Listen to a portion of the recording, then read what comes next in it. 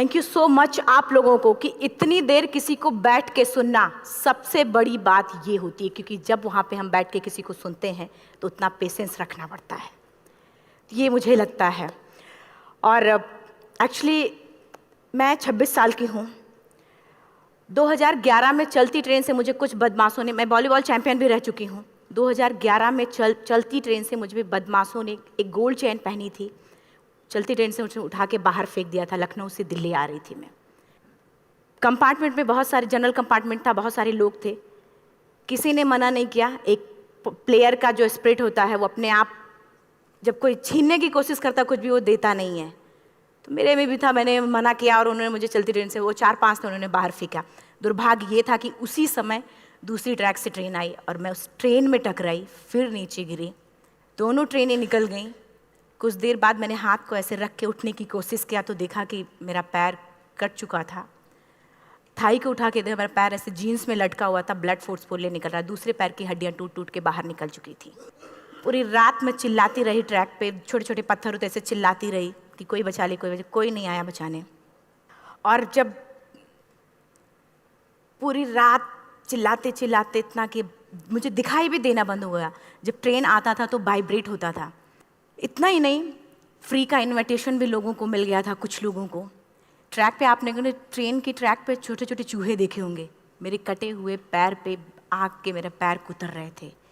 मैं brain conscious मेरा पूरा काम कर रहा था मेरे, लेकिन बॉडी में कोई भी मूवमेंट नहीं था। पूरे पल में वही चीज़ें सोच कि कैसे मैं अपने आप को कैसे बचा पाऊँ। लेकिन करीब पूरी रात ऐसे बीता। सुबह गांव वालों ने मुझे बरेली डिस्ट्रिक्ट हॉस्पिटल यूपी में है, वहाँ पे हुआ था ये।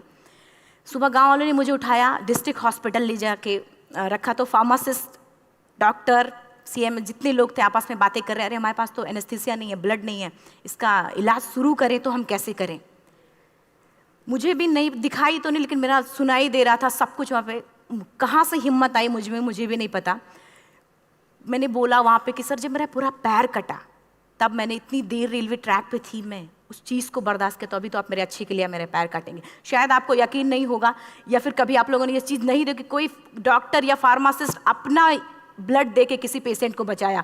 मेरी इस बात को सुनने के बाद वहाँ के डॉक्टर और फार्मासिस्ट दोनों ने एक एक यूनिट ब्लड दिया और मेरे पैर को बिना एनेस्थीसिया अलग कर दिया गया। आज भी मैं उस दर्द को महसूस करती हूँ। जब भी मैं जब बोलती हूँ तब मैं वो चीज़ें महसूस करती हूँ। उसके बाद जब बात मीडिया में आई, लोगों को पता चला कि रिमा नेशनल प्लेयर है, KGMC king George medical college Lucknow में एडमिट करा, लखनऊ से फिर sport minister, AIIMS trauma centre Delhi. तब तक सब ठीक ठाक चल रहा था, प्लेयर होने की वजह से अच्छा ट्रीटमेंट मिलना शुरू हुआ। करीब 4 महीने मैं एम्स में रही। एम्स में रहने के बाद जब मैं थोड़ा ठीक हुई, करीब 25 दिन बाद जब ठीक हुई, न्यूज़पेपर में गोल गोल लिख के आ रहे कि अरुणिमा के पास टिकट नहीं था, अरुणिमा ट्रेन से कूद गई। उसका खंडन किया घर वालों ने, फिर बोला कि अरुणिमा सुसाइड करने गई थी। जिस लड़की का शरीर का एक अंग कट चुका, पूरी जिंदगी का पता नहीं कि व्हील चेयर है, बैसाखी, या पता, यहाँ तक कि मेरे स्पाइन में 3 फ्रैक्चर था, मुझे ये भी नहीं पता था कि मैं बेड से उठ भी पाऊंगी कि नहीं। अंदाजा लगाया जा सकता, सिर्फ अंदाजा लगाया जा सकता है कि उसकी दिलो दिमाग पे क्या चल रहा होगा, उस परिवार की क्या स्थिति रही होगी जब जिस परिवार की एक यंग एज लड़की का इस तरीके का सिचुएशन हुआ हो। फिर भी कहते हैं कि जहाँ चाह होती वहाँ राह मिली जाती है। एम्स के हॉस्पिटल के बेड पे मैंने डिसाइड किया, क्योंकि अपनी बातें हम चिल्ला चिल्ला के करें, वो सिस्टम की इतनी हाई लेवल की बातें हो रही थी कि हम एक मध्यम वर्गीय फैमिली से थे, हम अपनी बातें चिल्ला चिल्ला के कह रहे थे, लेकिन कोई नहीं सुन रहा था। लेकिन कहते हैं मैंने अपने दिल, दिमाग, अंतरात्मा से ये चीज़ सोच लिया कि ठीक है, आज आपका दिन है, जितना चाहो बोल लो, एक दिन तो मेरा दिन आने वाला, मैं प्रूफ कर दूंगी कि मैं क्या हूँ, मैं क्या थी, ये मैं प्रूफ कर दूंगी। हॉस्पिटल के बेड पे डिसाइड किया वॉलीबॉल लाइफ का सबसे टफ गेम करना है, तब मैंने माउंटेनिंग चुना। जब मैंने माउंटेनिंग कहने और करने में बहुत फ़र्क होता है। जब मैंने माउंटेनिंग की बात सोची और लोगों के सामने, सबसे बड़ी चीज़ थी सही गाइडेंस में ट्रेनिंग लेना, दूसरा स्पॉन्सरशिप। इतना बड़ा एक साथ तो मैंने 40 से 50 लाख मैंने वाकई में कभी नहीं देखे थे पहले। मेरे लिए बहुत बड़ी चीज़ थी वो इकट्ठा कर पाना। जब मैंने लोगों के सामने रखा कि मैं माउंटेनिंग करना चाहती हूँ, एवरेस्ट के लिए मुझे ट्राई करना है, हर किसी ने मुझे बोला कि क्या है, पागल हो चुकी हो क्या, तुम्हारा दिमाग खराब हो चुका, तुम कभी नहीं कर सकती माउंटेनिंग। एक पैर आर्टिफिशियल है, दूसरे में रॉड है, और तुम्हारा दिमाग खराब है, स्पाइन में भी फ्रैक्चर है, तुम पागल होगे, चुपचाप कोई नौकरी करो, जीवन यापन करो। क्योंकि लोगों का सबसे बड़ा प्रॉब्लम ये होता है, लोग फिजिकल देखते, पैरों को मेरी अंतरात्मा में क्या चल रहा था वो तो किसी को पता ही नहीं था। मुझे लगता है कि आज यहाँ पे मैं भी सुबह से देख रही हूँ, इतने अच्छी अच्छी चीज़ें मैंने सीखी यहाँ पे। बहुत बड़े बड़े स्पीकर को शायद आप लोगों ने भी सुना, आज मैं भी आपको यहाँ पे कि चाहे जितना मोटिवेट करूँ, चाहे जितना चीज़ें मैं बताऊँ, लेकिन मुझे लगता है सबसे बड़ा मोटिवेटर कौन होता? आप खुद। जिस दिन किसी भी लक्ष्य के प्रति आपकी अंतरात्मा जाग गई, आपको कोई नहीं रोक सकता उस लक्ष्य को पाने में। ये मैं किताब से बातें नहीं बोल रही हूँ, ये मैं एक एक पल मैंने ये मैं कोई भी किताब की बातें नहीं, एक एक पल आज जो मेरा 26 साल का एक्सपीरियंस है वो मैं बता रही हूँ सिर्फ आपको। उसके बाद किसी तरीके से मैनेज किया मैंने। भाई साहब, मेरा परिवार मेरा बैकबोन था। परिवार ने मुझे, भाई साहब ने मुझे कहा कि मैडम बछेंद्री पाल जिन्होंने 1984 में एवरेस्ट समिट किया, उनसे मिलते हैं, वो जरूर कुछ ना कुछ करेंगे। हॉस्पिटल से निकलने के बाद मेरे राइट लेग में स्टिचेस लगी थी। मैंने डायरेक्टली घर जाने की बजाय, जब लोग ये सोचते हैं कि मुझे अपना जीवन यापन कैसे करना है, जब लोग ये सोचते हैं कि मुझे अपनी ज़िंदगी के मेरे दिमाग में सिर्फ 2 चीज़ें चल रही थी, मुझे इनका जवाब कैसे देना है और एवरेस्ट समिट कैसे करना है। फर्स्ट तुरंत गए बछेंद्री मैम के पास। जब मिले, मैम ने फर्स्ट टाइम जब मुझे देखा तो उन्होंने कहा, अरुणिमा, उनकी आंखों में आंसू आ गए। उन्होंने बोला, अरुणिमा, तूने ऐसी हालात में एवरेस्ट जैसे दुरूह पहाड़ के बारे में सोचा तो तूने अपने अंदर तो एवरेस्ट फतह कर लिया, अब तो सिर्फ लोगों के लिए। मेरे परिवार को छोड़ के बाहर की पहली ऐसी महिला थी जिन्होंने मुझ पे भरोसा किया था कि हाँ अरुणिमा, तुम कर सकती हो। मेरे लिए वही बहुत बड़ी चीज़ थी। प्लानिंग भी कर ली, मैम भी मिल गई, सब हो गया। लेकिन जब उतरते हैं फील्ड में तब पता चलता कि हम क्या हैं। रोड हेड से मैं पहुंच गई। मैडम ने कहा कि ठीक है, तुम्हारे कहने, तुम्हारे सोचने से कुछ नहीं होगा अरुणिमा, प्रूफ करो कि कर सकती हो। मैंने कहा बस एक मौका चाहिए मुझे। वाकई में जब मैं माउंटेन में पहुंची, रोड हेड से बेस कैंप लोगों को 2 मिनट लगता था, मुझे 3-3 घंटे लगते थे, क्योंकि मेरे राइट लेग की हड्डियां भी नहीं जुड़ी थी। लेफ्ट मेरा आर्टिफिशियल लग चुका था, लेकिन स्टंप एकदम रेड, उसका मतलब घाव एकदम नए थे। मैं अगर पैर रखती थी तो मेरे पैर से जोर से अगर दबा देती थी तो पैर से मेरे ब्लड आने लगता था। सारे लोग नॉर्मल थे वहाँ पे। हर कोई ये बोलता कि एक पीक के लिए जाते थे तो हर कोई मुझे ये बोलता कि अरुणिमा, तुम धीरे धीरे आओ। मेरे दिमाग में हर बार यही बात चलती थी कि क्या है, मैंने एवरेस्ट का प्लान किया, मैं इनके बराबर भी नहीं चल पा रही हूँ। खुद से संकल्प लिया कि कोई बात नहीं, एक दिन ऐसा आएगा कि मैं इनसे पहले जाऊँगी। और आपको शायद यकीन ना हो, आने वाले 8 महीने बाद पूरा का पूरा वेट उठा के बेस कैंप से साथ निकलते और टॉप पे पहले पहुंचते। ऐसे करके देखते थे कि अरे ये लोग तो पीछे। खुशी होती थी। उससे भी ज़्यादा मुझे खुशी तब होना शुरू हुआ जब वो सारे लोग आके मुझसे ये पूछते, मैडम खाते क्या हो, बता दो। पैर नहीं है फिर भी कैसे चलते हो। उसके बाद पूरा मुझे स्पॉन्सरशिप मिला। मैं जब एवरेस्ट के लिए गई, मेरे लिए सबसे बड़ा, एवरेस्ट की जर्नी में मेरे सबसे बड़ा चैलेंज यही था कि दूसरे को समझा पाना। मैं नहीं समझा पाती कि भाई मैं कर सकती हूँ। जब मैं एवरेस्ट के लिए गई, शेरपा होता, शेरपा को जब ये बात पता चला कि मेरा प्रोस्थेटिक लेग है, आर्टिफिशियल लेग है, दूसरे में रॉड, बोला नहीं ले जा सकता, इसकी वजह से तो मेरी भी जान जाएगी।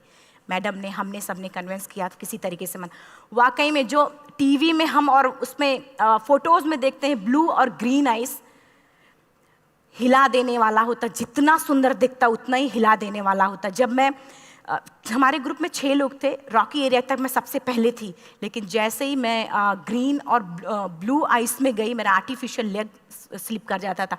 फ्रंट पॉइंटिंग से, जब मैं फ्रंट क्रैम्पोन से फ्रंट पॉइंटिंग मारती थी, लेफ्ट से पेन होता था तब भी करते, लेकिन आर्टिफिशियल जैसे फ्रंट पॉइंटिंग मूव हो जाता, मेरा पैर ही मूव हो जाता था।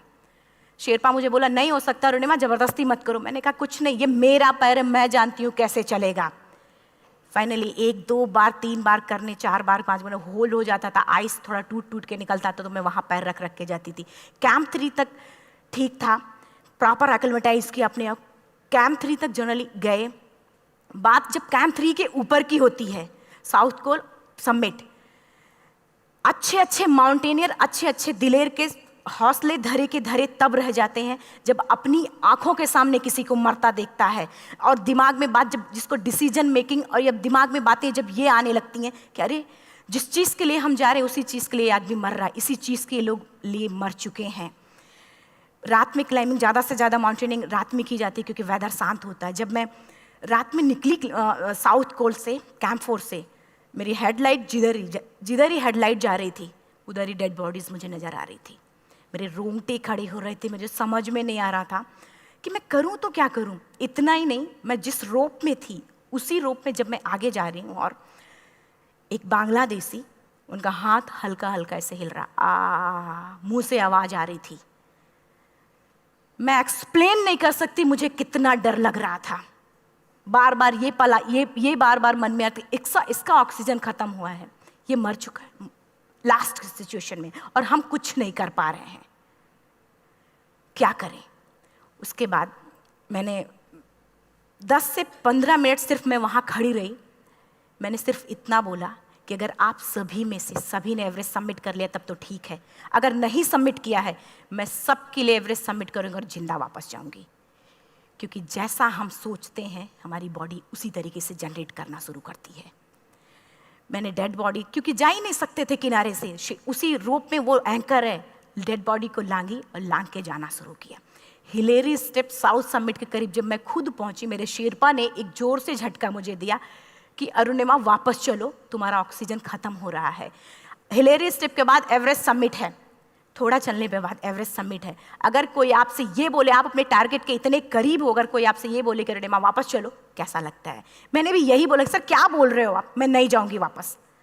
बोला अरुणिमा जिंदगी रही, दोबारा ट्राई करना और एवरेस्ट समिट हो जाएगा दोबारा तुम्हारा। मैंने कहा नहीं, ये आप जिंदगी में गोल्ड चांस बार बार नहीं आते, लाइफ में कभी कभी आता है, ये आपके ऊपर आता, आप उसको पकड़ के रखते हो या फिर छोड़ देते हो। मैं अपना गोल्ड चांस कभी नहीं, क्योंकि मैं जान रही थी मुझे स्पॉन्सरशिप बहुत मुश्किल से मिला, एक बार अगर मैं छोड़ देती दोबारा मुझे कभी नहीं मिलता। मैं बहुत अच्छी तरीके से जानती थी। मेरा फाइनली मुझे बछेंद्री मैम ने भी एक बार बात समझाई थी, मेरी माँ ने मुझे एक बात बताया था कि लाइफ में कभी कभी सिचुएशन ऐसी आती है जब सिर्फ आप अकेले होते हो, डिसीजन सिर्फ आपको लेना होता है। जहाँ पे भी होना, खड़े होकर हल्का सा पीछे मुड़कर देखना और ये सोचना कि आप एक एक कदम चल के यहाँ तक पहुँचे हो, सिर्फ अपना एक कदम आगे बढ़ाना, तुम देखना कुछ देर बाद तुम टॉप पे होगी। मेरे दिमाग में उनकी बातें वीडियो की तरह चल रही थी और सिर्फ एवरेस्ट का टॉप चल रहा था। मैंने शेरपा को पहले कन्विंस करने की कोशिश की कि भाई चल, कुछ नहीं होगा भाई चल। फाइनली जब वो नहीं माना, मैंने एक कदम आगे बढ़ाया, डिसीजन लिया कि नहीं जाना ही जाना है। आगे बढ़े, करीब 1 से 1.5 घंटे बाद मैं टॉप पे थी। और इतना ही नहीं, आज भी मैं जितनी बार बोलती हूँ उतनी बार मैं महसूस करती हूँ, मेरे रोंगटे खड़े हो जाते हैं, मेरा दोनों हाथ ऊपर करके जोर जोर चिल्लाने का मन कर रहा कि इतनी जोर से चिल्लाऊं कि सबको बता दूं कि आज मैं टॉप ऑफ द वर्ल्ड पे हूं। उन लोगों को बता दूं जो लोग ये सोचते हैं, लड़की, दूसरे विकलांग, तीसरे मिडिल क्लास में, जो लोग एक बार हार के फिर दोबारा लड़ना नहीं चाहते, जो लोग हारने के बाद सोचते हैं कि हम दोबारा कुछ कर नहीं सकते, उन लोगों को मैं चिल्ला चिल्ला के टॉप से बताना चाहती थी कि नहीं, आप सब कुछ कर सकते हो, सिर्फ एक सोच की विकलांगता, हैंडीकैप आदमी यहाँ से होता है, यहाँ से नहीं। अगर यहाँ से जो आदमी विकलांग है तो नॉर्मल आदमी भी विकलांग है, जो अगर यहाँ से विकलांग है। चिल्ला चिल्ला के मैं बताना चाहती थी। मैंने शेरपा से कहा कि आप एक फ़ोटो खींच लो, क्योंकि सारे लोग फ़ोटो, अपना नेशनल फ्लैग का जो वैल्यू होती है ना, वो जो हम कहीं बाहर होते हैं तो पता चलता है। मुझे भी बहुत खुशी हो रही थी, फ्लैग को हग किया और बोला फ़ोटो खींचो। बोला पागल हो गई है, तेरा ऑक्सीजन कभी भी ख़त्म हो जाएगा, नीचे चल। नहीं, फ़ोटो खींच लो। फ़ोटो खींचा उसने। वो तो अगली बार इतना तेज गुस्सा हुआ, मैंने उसको बोला कि भाई वीडियो भी बना ले। 8848 की हाइट पे ऑक्सीजन खत्म हो रहा है, आज हम भी हंस रहे हैं आप लोगों के साथ क्योंकि यहाँ पूरा ऑक्सीजन है। और 8848 की हाइट पे जब मुझे शेरपा, कोई भी शेरपा को बोलेगा भाई वीडियो बना, तो परेशान हो जाएगा, पागल हो चुकी, कि तुम मर जाए, यहाँ मैं जा रहा हूँ नीचे। मैंने कहा नहीं, कुछ नहीं होगा, आप बनाओ वीडियो। किसी तरीके से मैं 4-5 पेयर बैटरी रख के लेके गई कि डिस्पोजल कैमरा, एक अलग कैमरा, कि मतलब एक नहीं काम करेगा तो दूसरा करेगा, प्रॉपर प्लानिंग से। शायद आप लोग भी सोचो कि वाकई में लड़की को इतना बड़ा रिस्क लेने की क्या जरूरत थी, कि जिंदगी कभी भी जा सकती थी इसकी। लेकिन मैंने वो रिस्क लिया क्यों?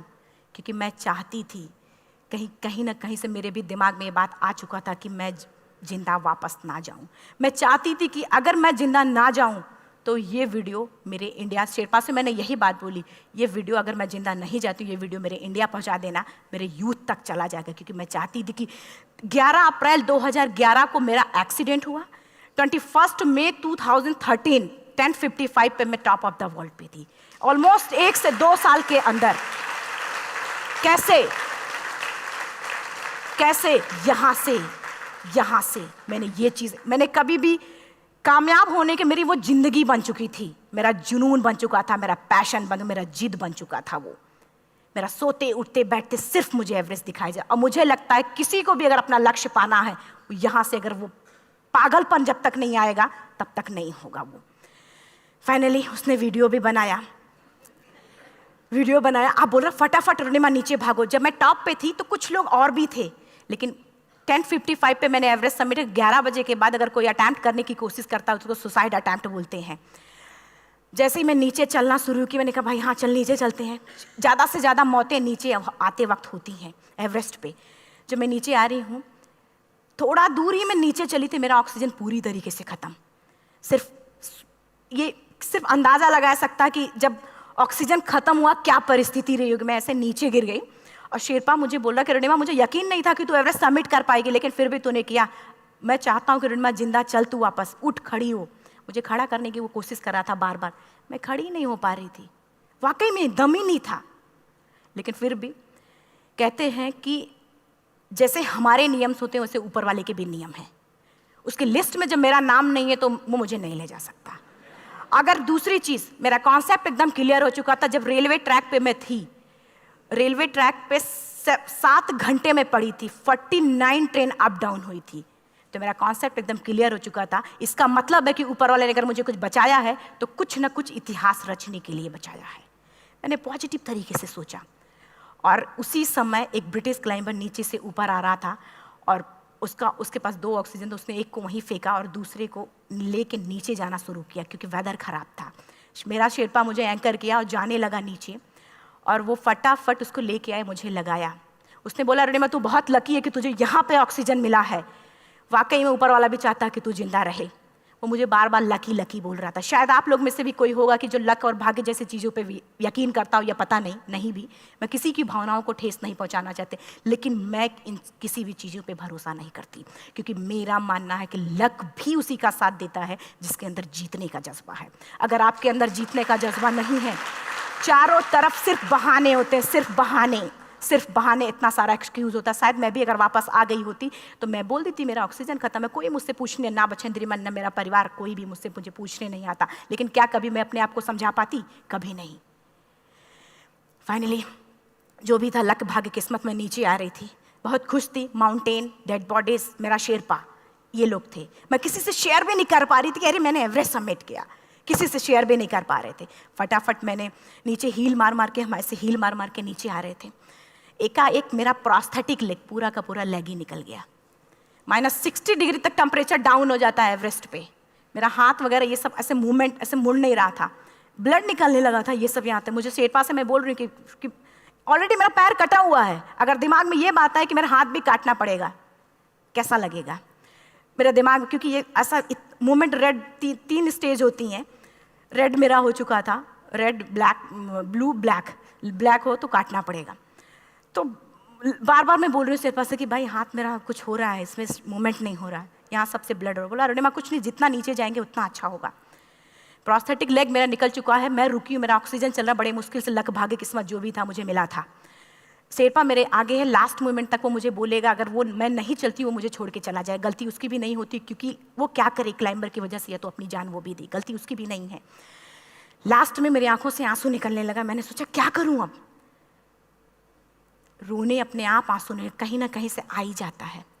दूसरे पल मुझे समझ में आ गया कि रोने धोने से कुछ नहीं होगा। मैंने आंसू को पोंछा और रोप, जो मेरी रोप थी, रोप को पकड़ा, दूसरे हाथ से आर्टिफिशियल लेग को, पैर को घसीट के चलना शुरू हो गया, क्योंकि मेरे पास यही था।